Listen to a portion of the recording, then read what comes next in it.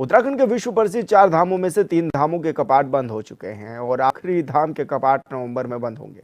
केदारनाथ मंदिर के कपाट बंद होने की प्रक्रिया विशेष पूजाओं के साथ सुबह 4 बजे से शुरू हो गई थी। विशेष पूजाओं के बाद मंदिर के कपाट बंद कर दिए गए। राज्य के मुखिया सहित सैकड़ों की संख्या में लोग इसके साक्षी भी बने। बहुत रिकॉर्ड तीर्थयात्रियों ने, श्रद्धालुओं ने बाबा के दर्शन किए हैं, जबकि 3 महीने का कालखंड ऐसा रहा है कि पूरी तरह से आपदा रही है, बारिश रही है, भारी बारिश, लैंडस्लाइड हुआ, लेकिन बाबा की कृपा से 17.5 लाख से अधिक तीर्थयात्री बाबा के दर्शन करने आए हैं। और मैं चारों धामों की बात करूं तो बड़ी आपदा के बाद भी इस बार रिकॉर्ड संख्या में श्रद्धालुओं ने दर्शन किए हैं और 50 लाख श्रद्धालु अभी तक दर्शन कर चुके हैं। केदारनाथ धाम के कपाट बंद होने के मौके पर केदारनाथ मंदिर को फूलों से सजाया गया।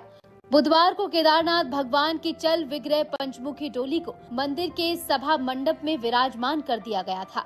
मंदिर के कपाट बंद होने की प्रक्रिया विशेष पूजाओं के साथ सुबह 4 बजे से शुरू हो गई थी। सबसे पहले केदारनाथ भगवान की चल विग्रह पंचमुखी डोली को सभा मंडप से बाहर लाया गया।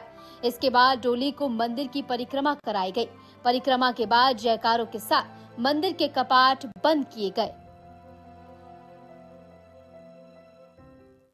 अभी भगवान बद्री विशाल की यात्रा लगभग 1 माह तक आगे चलेगी और हमारा प्रयास होगा कि ये यात्रा भी भगवान बद्री विशाल की कृपा से, बाबा केदार की कृपा से अच्छे प्रकार से संपन्न हो, सभी की यात्रा अच्छी हो, सरल हो, सुगम हो। और ये स्थल जो आप देख रहे हैं 2013 की आपदा में बहुत बुरी तरह से ये क्षतिग्रस्त हो गया था।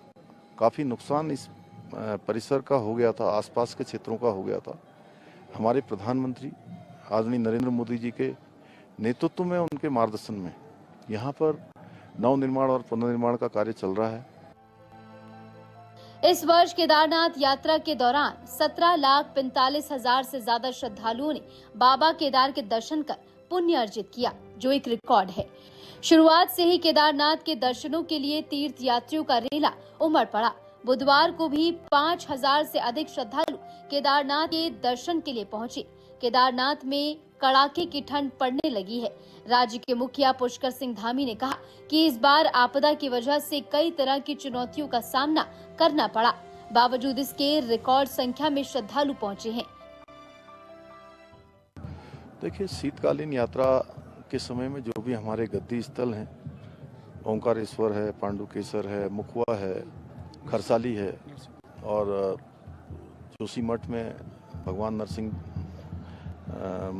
मंदिर है, ये सभी स्थान हमारे पूरे शीतकाल में भक्तों के लिए, उनके दर्शन के लिए अनवरत रूप से वहाँ पर सभी पूजा पाठ विधि विधान से होते रहेंगे। मैं सभी देश भर के सभी भक्तों से, श्रद्धालुओं से ये कहना चाहता हूँ कि वो शीतकाल का भी अपना यहाँ का प्रोग्राम बनाएं। उसके लिए भी हमने सब तैयारियां यहाँ पर की है। पिछले वर्ष से शीतकालीन यात्रा प्रारंभ की है। इसमें कोई शक नहीं है कि प्रदेश के कई हिस्सों में आई आपदा में न सिर्फ लोगों की जान चली गई, बल्कि 4 धाम यात्रा मार्ग भी कई जगहों पर क्षतिग्रस्त हो गया था। हालांकि बाद में इसे ठीक किया गया, लेकिन कई दिनों तक 4 धाम यात्रा पर उसका असर पड़ा। इसके बाद भी काफी संख्या में भक्तजन बाबा केदारनाथ के दर पहुंचे।